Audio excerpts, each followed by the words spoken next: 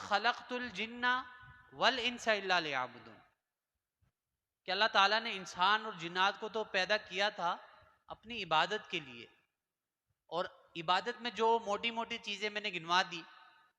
کہ اس کی ڈیوٹی بھی اس کی عبادت میں شامل ہے، چلنا پھرنا کھانا پینا بھی اس کی عبادت میں شامل ہے، لیکن اس کے بعد ہم غافل کیسے ہیں؟ اب اس کو آپ اس مثال سے سمجھیں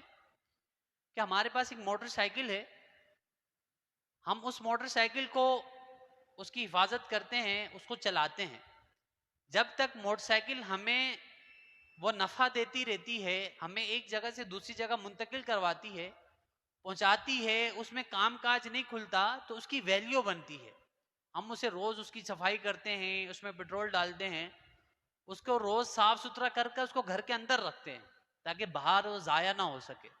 باہر وہ خراب نہ ہو، اس کے اوپر دھوپ مٹی ڈسٹ نہ پڑے، اسے ہم اپنے گیریج میں اپنے گھر کے اندر کھڑی کرتے ہیں۔ لیکن یہ ذرا سوچیں کہ جب وہ موٹر سائیکل جو اس کا اصل مقصد ہے ایک جگہ سے دوسری جگہ پر پہنچانے کا، جب وہ اپنا مقصد کھو دیتی ہے، خراب ہو جاتی ہے، اس کی میعاد ختم ہو جاتی ہے، تو پھر اس موٹر سائیکل کا کام کیا حشر نشر کرتے ہیں کہ جس موٹر سائیکل کو اپنے گیراج میں حفاظت کے ساتھ کھڑا کیا کرتے تھے، اس موٹر سائیکل کو اٹھا کر ہم کباڑ میں ڈال دیتے۔ یہ ایک مثال، اس کی دوسری کہیں اور ہزاروں مثالیں آپ نکال لیں۔ یہ بینچ ہے، اس کی تکریم، اس کی توقیر تب تک ہے کہ جب تک یہ ہمیں نفع دے رہا ہے، جب تک یہ ہمارے اصولوں پر اتر رہا ہے تو ہم نے اس کو سجا کر مسجد میں رکھا ہے، لیکن جب یہ اصولوں کے خلاف ہو جائے گا، جب یہ جس مقصد کے لیے ہم نے اس کو بنایا تھا اس مقصد میں یہ فیل ہو جائے گا، تو اس کا ڈھیر پھر کچرے میں پڑا ہوگا، اس کا ڈھیر کچرے میں ہوگا، چونکہ اس سے ہمیں نفع نہیں مل رہا، اور جس مقصد کے لیے اس کو بنایا گیا تھا یہ وہ مقصد ہمیں دے ہی نہیں رہا، ہم اس سے مقصد حاصل نہیں کر پا رہے، تو اس کا پھر آخری ٹھکانہ وہ کوڑا ہوگا، وہ گندگی ہوگی، وہاں پر ہم اس کو پھینک دیں۔ تو اللہ تعالیٰ یہ بتانا چاہ رہا ہے کہ تمہیں انسانوں، تمہیں کیوں پیدا کیا؟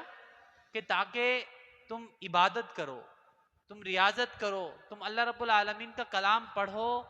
اور اس کی عبادت میں مشغول رہو۔ لیکن ہم نے کیا کیا؟ ہمیں تو محض عبادت کے لیے پیدا کیا تھا، ہم عبادت چھوڑ کر سب کام وہ کرتے ہیں کہ جو ہمارے شیان شان نے، جس لائق ہمیں نہیں بنایا تھا ان تمام چیزوں کو ہم نے اپنا لیا، لیکن جس چیز کے لیے بنایا تھا اس چیز کو ہم نے چھوڑ دیا۔ ہمیں بنایا تو عبادت کے لیے تھا،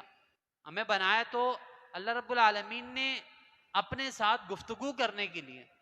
لیکن ہم اس سے گفتگو چھوڑ کر پوری کائنات سے گفتگو کرتے ہیں، اس سے مانگنا چھوڑ کر پوری کائنات سے مانگتے ہیں،